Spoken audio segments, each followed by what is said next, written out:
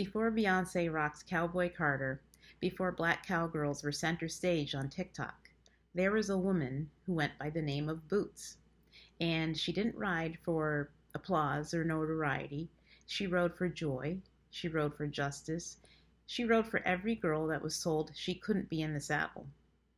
Hello and welcome to Aromatic Adventures by PJ. I am PJ and I'm here to tell you a little bit about the story behind the scent. This adventure takes us to the dusty plains of Texas, where a woman by the name of Verna Lee Booker Hightower, known by her friends as Boots, was born in 1930. Boots grew up around horses and hard work. Her family owned a fruit farm, and Boots was out there helping out every day. While other young women were thinking of dance halls and frilly dresses, Boots was barefoot, wild-hearted, free. She loved being with the horses, and she knew, though, that there's something more meant for her, that she was meant to ride competitively. But this was a black woman in Texas in the 1950s and 60s, and the sport was white. Everybody who competed was white.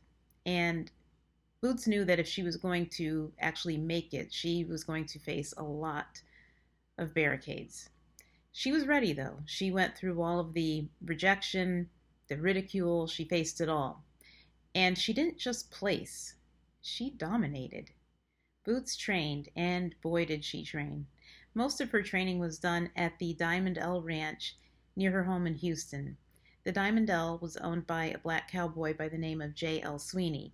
It was a welcoming space where African American riders and cowboys and cowgirls could train and compete without any trepidation. So, as I said, Boots was there. She got very good. She decided to go out on the black rodeo circuit, and she gained a lot of popularity and respect. So much so that she was confident enough to go outside of the black rodeo circuit. Now, although she wasn't welcomed, she still competed, and she competed bravely and very well. Then in 1969, she went for the big time. She became the first black woman barrel racer at the Houston Livestock Show and Rodeo. She raced those barrels like she was etching her name in history, and she did.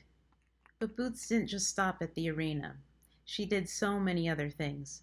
She went on to raise livestock. She was an accomplished pianist. She mentored children. She was a medical assistant, and she was a civil rights advocate. In fact, she and her husband, Ted Hightower, filed a successful lawsuit to integrate a school so that her children could attend. So understand that Verna was not just a rodeo queen, she was a force. Not a lot of people know Boots' name, but her spirit lives on in every black cowgirl that pulls on those boots and says, you know what, this arena, it's mine too. Verna rode fast, she rode fierce, she rode first. Verna Lee Boots Booker Hightower, 1930 to 1970. Barrel racer, groundbreaker, legend. So the next time you're in a place where you're feeling uncertain, unsure of yourself, just saddle up anyway, because that's what Verna would have wanted. Now, this story started out as a deep dive into the scent of leather and how it's used in perfume and home fragrance. But then I discovered Verna's story, and I thought, what a great way to explain again that fragrance is not just about smelling good or creating an atmosphere. It's sometimes about honoring a story and putting you in the place of somebody who was courageous and bold, just like Verna. And with the resurgence of cowboy mania because of Cowboy Carter, I think this is a perfect segue into using the scent of leather in your home or as personal fragrance. One of my favorite leather fragrances is by Hermes, and it's called Kelly Kalash.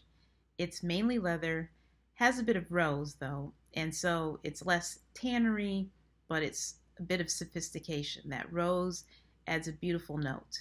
When I'm at home, I have a leather scent that I use, and it's very strong, but I add a rose wax to it, so it's a 3-to-1 ratio, 3 parts leather to 1 part rose. And that element of rose really feminizes that scent. There's also the famous scent Fahrenheit by Dior.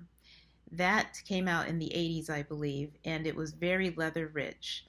But there are notes of lavender and I believe mandarin. So that's another way you can take the scent of leather and make it less earthy. You can add lavender. You can add a fruit note. If you really want it to be more earthy, you can obviously add something like a spice. I'm going to be doing that for winter, I'm sure, taking leather notes and adding some spice to it. So I hope you were inspired. I hope that you learned something from this. I hope that you learned that scent is not just scent, it's a way of honoring people sometimes. And if you are looking for any sort of home fragrance that is leather based, contact me. I can send you samples your way. And until then, thank you for joining me on this aromatic adventure. Please be sure to like and subscribe. Bye for now.